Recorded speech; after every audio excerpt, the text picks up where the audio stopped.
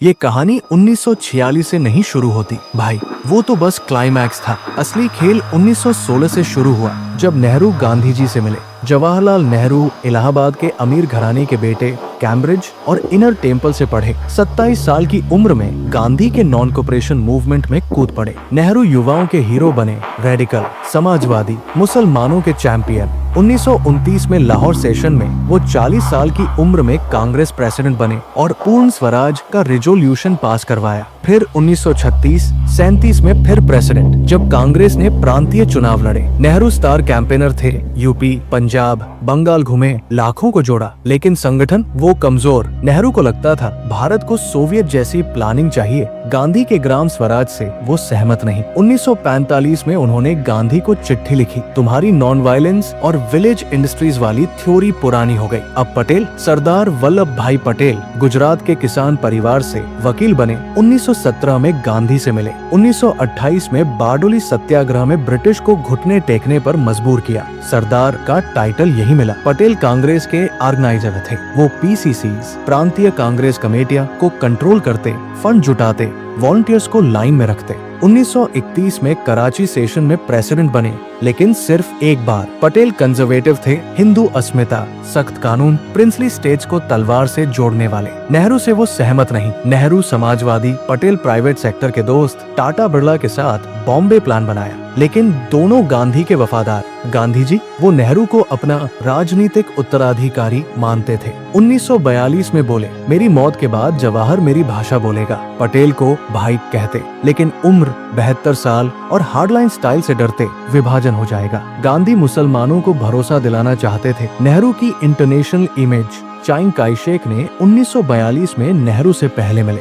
वो दे सकते थे। 1945 के अंत में द्वितीय विश्व युद्ध खत्म, ब्रिटिश कमजोर, कैबिनेट मिशन आया। कांग्रेस को नया प्रेसिडेंट चुनना था, जो अंतरिम गवर्नमेंट का हेड बनेगा। मौजूदा प्रेसिडेंट मौलाना आजाद 6 साल से थे, लेकिन गांधी ने 20 अप्रैल 1946 को आजाद को चिट्ठी लिखी, तुम्हें दोबारा न खड़ा होना चाहिए, जवान लीडर चाहिए। आज की सर्कमस्टेंसेस में अगर पूछा जाए तो मैं जवाहर को प्रेफर करूंगा। कई रीजंस हैं क्यों जाऊं उनमें। आजाद ने सोचा वो खुद लड़ेंगे, लेकिन अखबारों में खबरें, आजाद दोबारा, गांधी भड़के, फिर चिट्ठी, ये कटिंग्स देखो, तुम्हारा नाम फिर नहीं। आजाद ने नेहरू का नाम प्रपोज किया। नेहरू तैयार नहीं, मैं दूसरी पोस्ट लूंगा। गांधी ने नेहरू से कहा, अगर पटेल प्रेसिडेंट बने तो तुम डिप्टी बनोगे। सहमत? नेहरू चुप। गांधी को लगा नेहरू दूसरे नंबर पर नहीं बैठेंगे। उधर पीसीसीज 15 कमेटियां ने नाम भेजे। डेडलाइन 29 अप्रैल। पटेल को 12 पीसीसीज ने नॉमिनेट किया, Bengal, Gujarat, Maharashtra,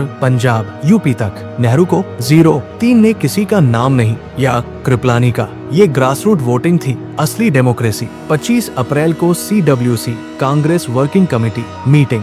JB Kripalani, general secretary, Gandhi के करीबी, ने नेहरू का नाम प्रपोज किया। गांधी की चिट्ठी से इंस्पायर्ड कृपलानी ने बाद में अपनी ऑटोबायोग्राफी में लिखा, मैंने एक पेपर सर्कुलेट किया नेहरू का नाम प्रपोज करते हुए। वर्किंग कमेटी के मेंबर्स ने साइन किया और कुछ AICC लोकल मेंबर्स भी। बाकी सबने नाम वापस ले लिया। गांधी ने नेहरू को बताया, कोई PCC ने तुम्हारा नाम नहीं दिया, सिर्फ वर्किंग कमेटी ने। अगर प्रोविंसेस विरोध करे तो पटेल के फेवर में स्टैंड डाउन कर दो। नेहरू साइलेंट रही, मतलब वापस नहीं लेंगे। गांधी ने कृपलानी को भेजा, जाओ पटेल से नाम वापस लो। कृपलानी पटेल के पास गए, हाथ में गांधी का ड्राफ्ट लेटर, मैं वल्लभ भाई पटेल अपना नाम वापस लेता हूँ। पटेल ने पढ़ा, आंखें गीली, लेकिन साइन कर दिया। बापू की इच्छा। पटेल की बेटी मणिबेन की डायरी, 16 सितंबर 1948, उदास स्माइली। गांधी ने कहा कि कोई प्रोविंस ने नेहरू का नाम नहीं भेजा। कृपलानी ने पटेल से साइन लिया। गांधी ने पहले पटेल से प्राइवेट मीटिंग की थी। 27 अप्रैल को मौलाना आजाद ने टाइम्स ऑफ इंडिया में कहा, मेरा मानना है कि चेंज सर्कमस्टेंसेस में नेहरू ही बेस्ट है। ये मेरा पर्सनल ओपिनियन है, लेकिन फ्रेंड्स शेयर करते हैं। चॉइस डेलीगेट्स की। नेहरू सरप्राइज्ड। एक दिन पहले आजाद ने पहली बार मेंशन किया, मैं ग्रेटफुल हूँ। मई की शुरुआत। Official nominations Nehru, Patel, Kripalani, Subhash Bose invalid, Jayaprakash Narayan invalid. 7 मई को कृपलानी वापस। मई के 6 से 9 के बीच पटेल का फाइनल विड्रॉल। 10 मई को शिमला से Nehru uncontested president declare. Hindustan Times और गुजराती जन्मभूमि ने रिपोर्ट किया, कृपलानी और Patel side step, Nehru elected. कोई डिफीट का ड्रामा नहीं। 2 जुलाई 1946 को नेहरू इंटरिम गवर्नमेंट के वाइस प्रेसिडेंट, डिफैक्टो पीएम बने, पटेल डिप्टी पीएम और होम मिनिस्टर। लेकिन मिथ नेहरू ने चुराया, गलत। इलेक्शन कंसेंसस पर चलते थे, नॉमिनेशंस ओपन कंटेस्ट नहीं। पटेल ने पहले भी सक्सेसर्स नॉमिनेट किए थे। वायसराय वेवेल ने नेहरू को इनवाइट किया क्योंकि वो ब्रिटिश और मुस्लिम लीग के नेगोशिएटर थे। 1949 में पटेल ने एक दोस्त को लिखा, 1946 में प्रेसिडेंट न बनना मेरी सबसे बड़ी गलती, हिमालय जैसी। लेकिन पब्लिक में नेहरू को सपोर्ट, प्रेसिडेंट्स आते जाते हैं, लेकिन बर्डन तो नेहरू को ही उठाना है। राजेंद्र प्रसाद की डायरी, गांधी ने फिर नेहरू के लिए पटेल को कुर्बान किया। कृपलानी की 1970 बुक में क्लेम, मैंने नेहरू को इंजीनियर किया पटेल के खिलाफ, लेकिन वो फॉल आउट के बाद लिखी। पटेल होम मिनिस्टर थे तो 562 स्टेट्स जोड़े, लेकिन अगर पीएम कश्मीर पटेल पूरा मिलेगा। नेहरू ने आर्टिकल 370 दिया, पीओ के न बचता। चीन 7 नवंबर 1950 चिट्ठी, चीन पर भरोसा मत, तिब्बत बफर रखो, नेहरू इग्नोर। 1962 न होता, economy, Patel private friendly, import controls न होते, लाइसेंस राज न। अशोक वी देसाई कहते, पटेल से ग्रोथ बेहतर। कम्युनल, आरएसएस बैन किया लेकिन लीग पर सख्त। सोमनाथ उद्घाटन खुद करते, नेहरू के पक्ष, नाम, आईआईटीज, सेक्युलरिज्म। लेकिन पटेल की उम्र 1950 में मौत, सिर्फ 3 से 4 साल।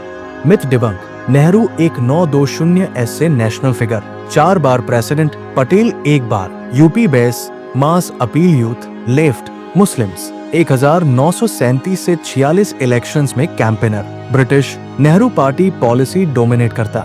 गांधी 1942 से नेहरू को चुना। 1946 में नेहरू कश्मीर एगिटेट, नेगोशिएट कर रहे थे। Patel health limited. 1947 विभाजन, पटेल ने 55 करोड़ पाकिस्तान को देने के खिलाफ। गांधी अनशन, नेहरू ने दिया, पटेल इस्तीफा दूंगा।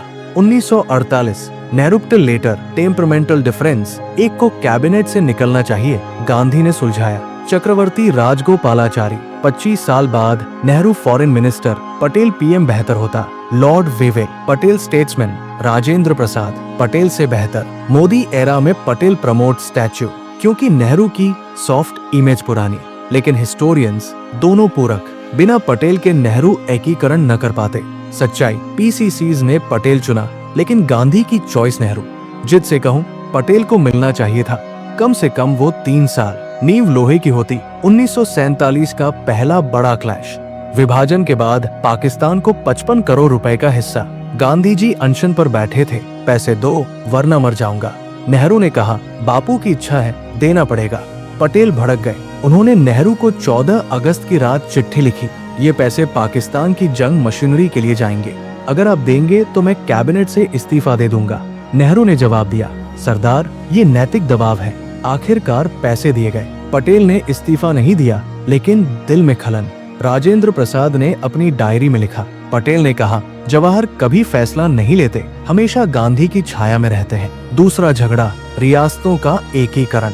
पटेल ने 562 रियासतों को जोड़ा, हैदराबाद पर ऑपरेशन पोलो चलवाया। जब निजाम ने पाकिस्तान ज्वाइन करने की कोशिश की, नेहरू डर गए, सरदार हिस्सा मत करो, नेगोशिएट करो। पटेल ने जवाब दिया, जवाहर अगर तलवार न चले तो रियासतें बिखर जाएंगी। नेहरू ने विदेश मंत्रालय से दबाव डाला कि इंटरनेशनल इमेज खराब न हो, लेकिन पटेल ने अपनी टीम वीपी मेनन के साथ काम किया और सब कुछ जोड़ लिया। नेहरू बाद में बोले, सरदार के बिना मैं ये न कर पाता। 26 अक्टूबर 1947 महाराजा हरि सिंह ने भारत में विलय के कागज साइन किए।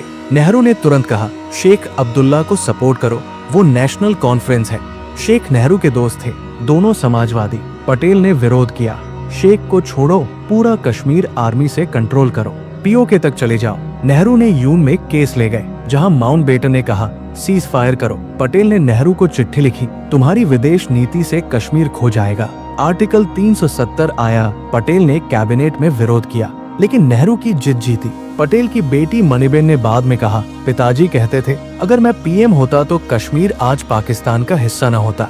7 नवंबर 1950 पटेल ने नेहरू को 5 पेज की चिट्ठी लिखी, चीन कम्युनिस्ट हो गया, तिब्बत पर कब्जा कर रहा है, हमारी सीमा खतरे में। फौज भेजो, बफर जोन बनाओ। नेहरू ने जवाब दिया, सरदार, हिंदी चीनी भाई भाई, चीन हमारा दोस्त है। पटेल ने कहा, तुम्हारी विदेश नीति रोमांटिक है, रियलिस्टिक नहीं। 15 नवंबर को पटेल का हार्ट अटैक और चले गए। नेहरू ने उनके पार्थिव शरीर पर फूल चढ़ाए, लेकिन 1962 में चीन ने हमला किया।